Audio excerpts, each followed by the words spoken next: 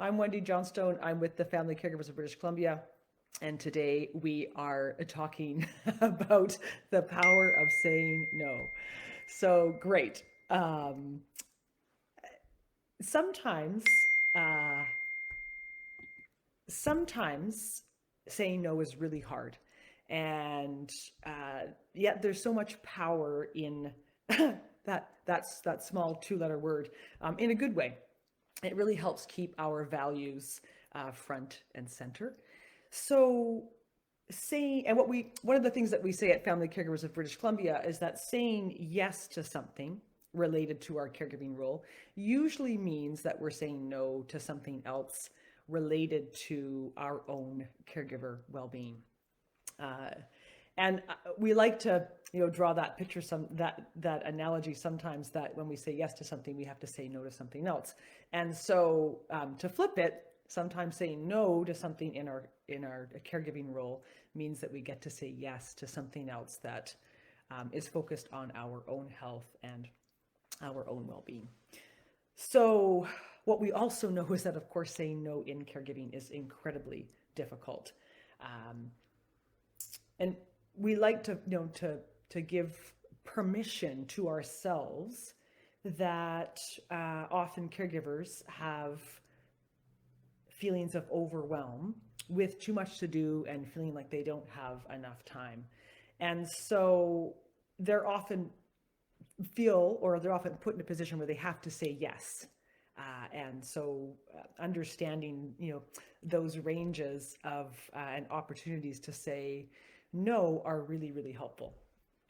We also like to really stress with the family caregivers that call us on our calls and through our coaching calls that they actually have a right to say no, especially when you're feeling stress or overwhelmed, when you are already doing too much, or if you're caught between, caring for multiple care recipients, if you're tired or if you're sick, um, if it's someone else's issue.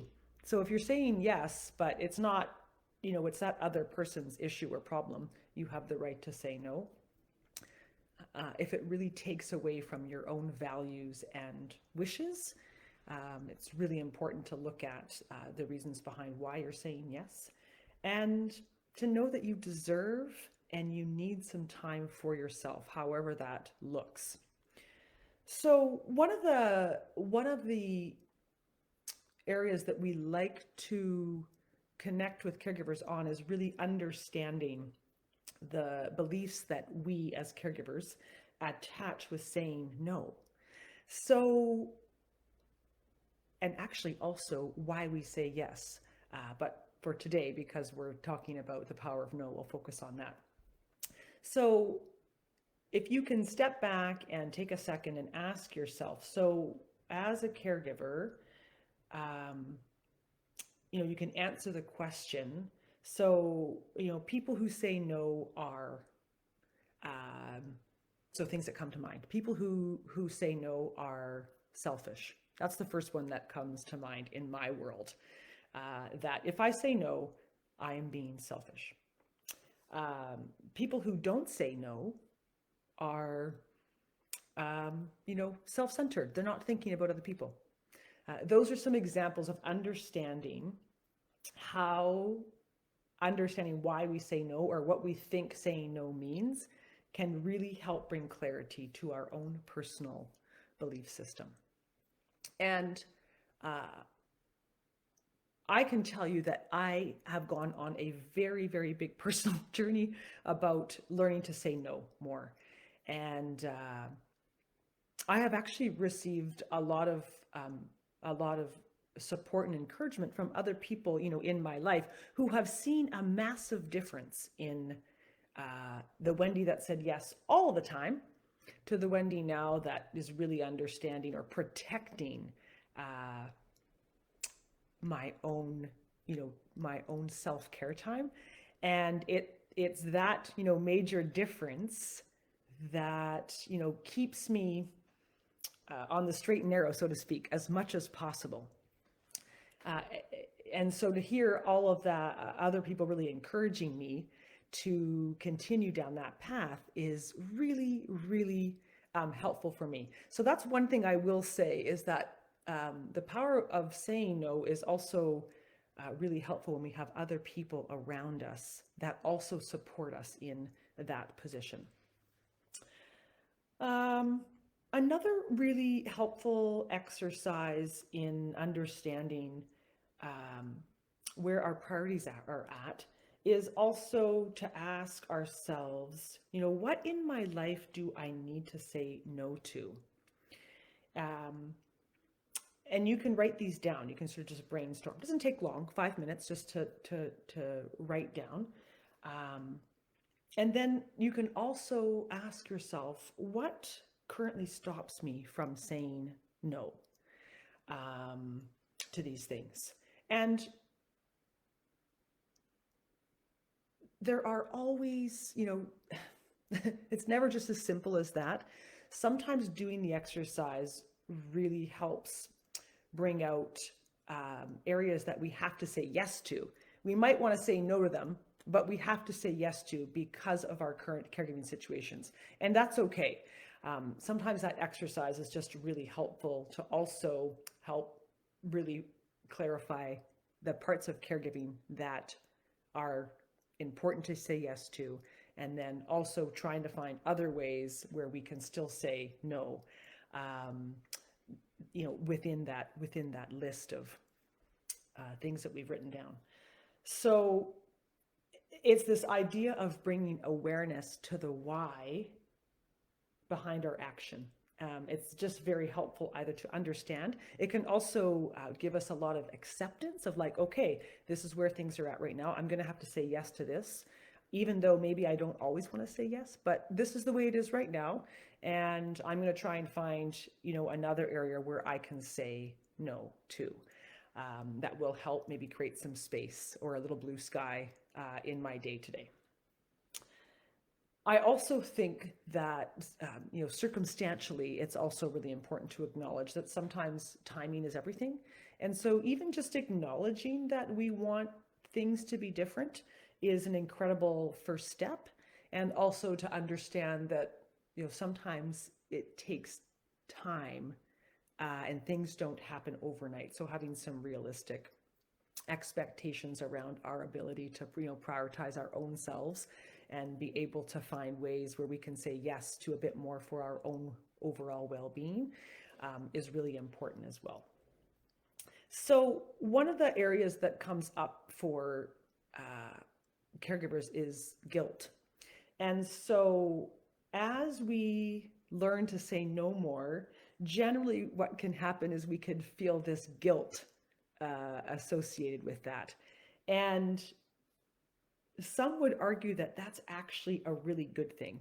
I mean, assuming it's not genuine guilt, that requires ourselves, to take some action on that. But sometimes we just feel guilty about saying no because it means that we're turning the focus on ourselves.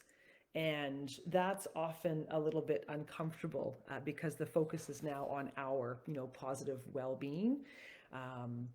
And, so that's a normal response that can happen.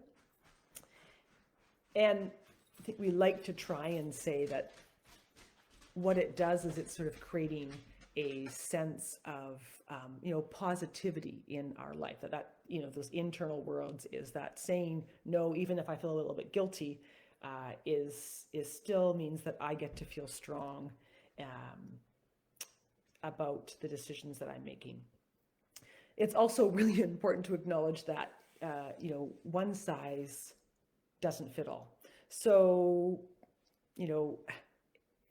every situation that we go into, one day it might be appropriate to say no, and another day, we can't.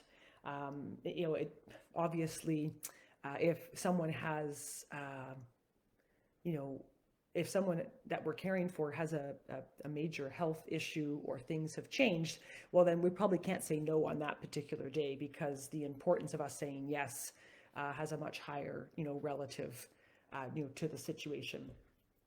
Also, like if there's different things going on in our lives and we all of a sudden have something else on our plate that's a priority, well, we may not be able to say no, because of those circumstances. So it's just really important to understand that it's, one size doesn't fit all. I think also this piece about how we change gradually is really important to connect with. So, if you're generally a yes person, then you may want to, gradually work towards becoming a no person. We can't go from yes to no right away. And so often it's this idea of how do we practice? And, sometimes I find writing things down is really helpful. First, like, how am I going to respond to a situation when it arises? Sometimes if I write down my answers or my possibilities, then it just helps, arm me so that I'm not having to react right away. Sometimes also, talking to someone through it is really, really helpful as well. So practicing with someone that we trust or running by your ideas or statements can also be incredibly helpful. The last thing I will say is that sometimes saying no can be challenging when we get pushback from others.